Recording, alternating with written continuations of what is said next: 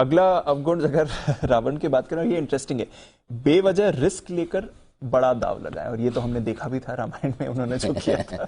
अच्छी खासी देखो, अच्छी खासी सोने की लंका थी। एग्जैक्टली, बड़ा खाली एक सीता माता जी के अपहरण करने के चक्कर में उन्होंने पूरी जिंदगी भर की अपनी ज्ञान को दाव पे लगा दिया, अपनी देश राजधानी को दाव पे लगा दिया, अपनी प्रजा को दाव पे लगा दिया, अपने परिवार को दाव पे लगा दिया। कई बार मुझे ट्वीट आते हैं, मैसेज मिलते हैं, सर ये स्टॉक में तो बर्बाद हो गया, मेरा सब खत्म हो गया, मैंने ये स्टॉक ले लिया था, ये हो। अरे भाई, आप एक ट्रेड गलत होने पे कैसे बर्बाद हो सकते हैं जी? करेक्ट, इतना क्या कर पूरा जीरो के तो या तो फिर कुछ ना कुछ बेसिक थॉट प्रोसेस में गड़बड़ है। बिल्कुल। तो रावण से हमें ये सीखना है कि कोई भी एक गलती, ध्यान से सुनिएगा, कोई भी एक गलती आप इतनी बड़ी ना करें कि जिंदगी में दूसरी गलती करने लायक ना रहे। क्योंकि गलतियां तो हम करेंगे, एग्जैक्टली, जब तक जिंदा रहेंगे गलतियां करेंगे। करेक्ट, रोज करेंगे। करेक्ट सर, ये तो खत्म होने वाली नहीं, लेकिन कितनी बड़ी करनी है। कई बार कहते हैं ना, जो जितना बड़ा आदमी उतनी बड़ी गलती करता है। तो अपने आप को छोटा आदमी मानो, करेक्ट, और छोटी छोटी गलतियां, कोई भी पोजीशन लो, इतनी ना लो कि आपको ये लगे भाई कि अब मैं तो खत्म। तो एक या दो ट्रेड में है पूरी की पूरी कैपिटल दांव पे न लगा दे। ये ट्रेडर्स के लिए भी और इन्वेस्टर्स के लिए भी। एक या दो शेयर ही आप इतने ना खरीद लें कि पता चला कि अगर वही दो कंपनी नहीं चली तो खेल खत्म। तो सारा दाव उधर ना भाई, या पोर्टफोलियो डाइवर्सिफाई करो, इन्वेस्टर्स हो और ट्रेडिंग कर रहे हो तो आप ये मान के चलो कि 5 ट्रेड आप लोगे तो कम से कम पहली चीज तो 5 ट्रेड के लायक कैपिटल एलोकेट करके रखो।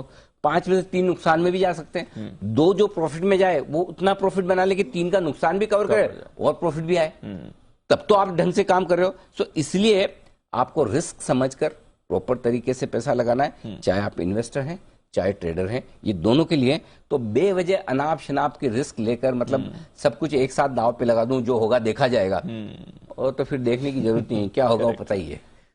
जो होगा देखा जाएगा, मैं तो सबको मालूम है क्या होता। अब आप ये सोचो कि मैं 300 की स्पीड से गाड़ी चलाऊंगा, जो होगा देखा जाएगा, तो फिर पता है क्या होगा, रिस्क तो देखना क्या है। बिल्कुल, देखेंगे दूसरे देखेंगे। करेक्ट सर, आप क्या देखोगे, वो वाली चीज। और सामने राम का कौन सा गुण रहेगा सर? राम का एक जो गुण है वो है वनवास का। 14 साल के लिए वनवास, पेशेंस थी, ठीक है। 14 साल के वनवास के बाद सोचो उन्हें क्या मिला, अयोध्या की राजगद्दी वापस जी, राम राज्य करने का सुअवसर जी। यानी कि अगर आप मुश्किल परिस्थितियों में लंबे समय के लिए धैर्य धीरज के साथ इन्वेस्टेड रहते हैं, राइट, 14 साल के लिए लगाओ पैसा, रिवॉर्ड देखो फिर कैसे पैसे बनते हैं, राइट, है ना। तो भगवान श्री राम से ये सीखे कि वनवास की तरह लंबा समय आपका इन्वेस्टमेंट में होना चाहिए, वो भरोसा रहना चाहिए, कन्विक्शन, आराम से बैठे रहें, लंबा विजन लंबा रखो, तब जाके आप कुछ अच्छा काम कर पाओगे। समय लगता है, पैसा बनता है। तो जितना लंबा समय, क्योंकि वनवास से आप क्या देखेंगे, मतलब एक तरह से आपका शेयर खरीदा नहीं चला, या आपको मुश्किलें आई, या आपको पोर्टफोलियो बनाने में समय लगा, लेकिन अगर आपने उस समय का सही इस्तेमाल किया तो आपको राजगद्दी मिलना तय है। Correct sir. इसी तरह से भगवान श्री राम की तरह आप भी 14 साल, कितने लोग हैं जो 14 साल के लिए शेयर खरीदते हैं? एक दिन याद है मैंने पूछा भी था ट्वीट पे, कि आप अपनी 25 साल के लिए आपने कौन सा शेयर खरीदा है, या नेक्स्ट जनरेशन के लिए कौन सा खरीदा।